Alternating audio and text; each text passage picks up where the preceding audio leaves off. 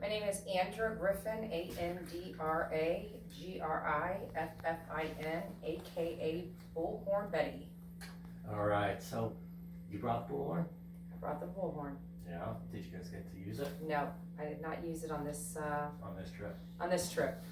So we will. We strategize before we come here.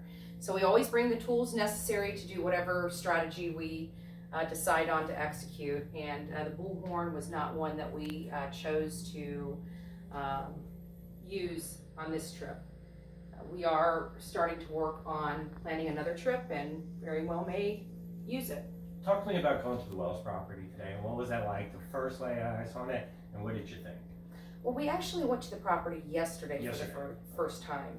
And while we were at that property yesterday, I think we were expecting to see like trails up to the house that somebody could easily access, their property at the top of the mountain. I think that's really primarily what we were looking for, and we couldn't find it. We come here with an open mind. We already have some ideas. We've already discussed as a team all the possibilities of what could have happened in this case, and we try to either prove or eliminate those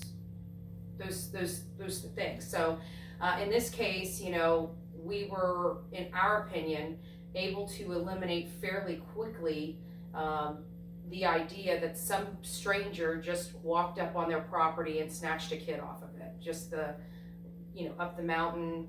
So now it goes on to the next thing. Well, what could have happened? Was there somebody else on the property that could have taken the child with them off the property? Was there foul play involved? Was there an accident? A number of things. In this case, we still have a lot of plausible things that could have happened. We still have a lot of elimination to do. What I can tell you is that law enforcement has been very kind to us here, but they haven't been able to solve the case in 6 months. And that has caused, a ripple across the nation. They want to know what's going on with this little girl. We haven't been contacted just by people in this area. We have been contacted by people around the nation that is following this case. Tell me about dealing with Wells. You got to interact with law enforcement while you're here. You got to interact with the family while you're here, and you've got to interact with some of the ancillary people that are hanging around this case. What was that like? What were the Wells like? What were their friends like? Well, Don Wells was, to say the least, a little scattered. Some of the things he said to us in telephone interviews were a little peculiar. Primarily, we're here for a 5-year-old girl, his daughter. At some point, he's talking about deaths in North Korea. I'm sorry, but deaths in North Korea is not what I came from Florida to help with. I came to help find his daughter and find out what happened to Summer Wells. Tell me about social media. Tell me about this realm of investigations that is occurring, and how does that help get these cases solved or apply pressure? Sure. So, over the years, as social media has become a, just an open market of, free processes, free ideas, a lot of people, like web sleuths and stuff like that are very good at what they do. This has opened up almost like a niche market for crime solving, because you have all these people doing all this investigative work that the law enforcement doesn't necessarily have to do. They can send that stuff over to them. Does it help? I absolutely believe it does. What I find most helpful when we're in, say, a county or a city, is that people do open up to us. People that wouldn't normally open up to law enforcement because they're scared. They may be doing illegal activities themselves and don't want to be involved. Having a normal person to speak to that they can relate to, that they can feel the vibe that we're here to help. They don't mind using us as the conduit to get the information to law enforcement.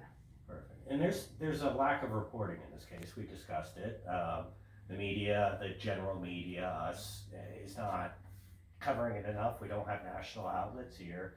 You know, the second television station in town isn't covering it.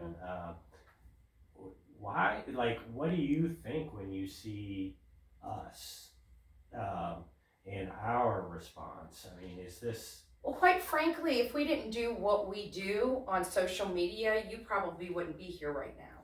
So, you know, we do bring spotlights to cases. We are effective in our means. There's been a time just recently, I was in Florida in Pasco County. Kathleen Moore, a young black woman, disappeared, and we went out there. There was no media anywhere.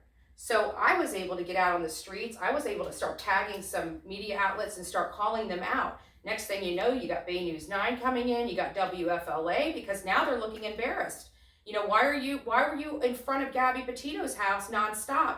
But here we have a young black woman, you know, a few counties over, and no media attention whatsoever. You can use that for your leverage, and any leverage I can use, whether I like what's coming out of my mouth, if it's leverage that I can pull people in, I will use it. I guess what you're criticized for is also your strength. I mean, you can call out the media, the law enforcement, the community, the family. You have carte blanche, really. I mean, do you have that sense, and do you use that to empower you? We are very strategic in what we do. And so we may choose to deploy different strategies in calling things out, such as law enforcement. We have done that in the past. You know, we back the blue. I just want to make sure everybody knows that. We really do. We love law enforcement. However, they're human, and I think this idea that our community feels that they're subhuman, that they don't make mistakes, is just wrong. They do make mistakes, and we kind of help guide them in a way, not to take away from them. They do fabulous work, but they do make mistakes. For example, we found a water bottle. Olivia found a water bottle while we were searching the woods in the Bryan Laundrie case, and it ended up being Gabby Petito's. For example, we were told at Kathleen Moore's that the immediate area had been searched. However, we were behind his house. We got on social media and said, this is where they need to search. Lo and behold, you know, a day later, 2 doors down in that same area, Kathleen Moore's body was found. So, you know, this idea that law enforcement does it right 100% all the time is incorrect. They do need some help. They can't do it all themselves. Perfect. Good job, Andrew. Olivia? All right. Okay. You're up, Olivia. I have like, how much percent do I have? I have 8%. Can I have that charger? I need an iPhone charger. iPhone charger. Which one's that? That one. Pull it and then throw it over. And if you just run it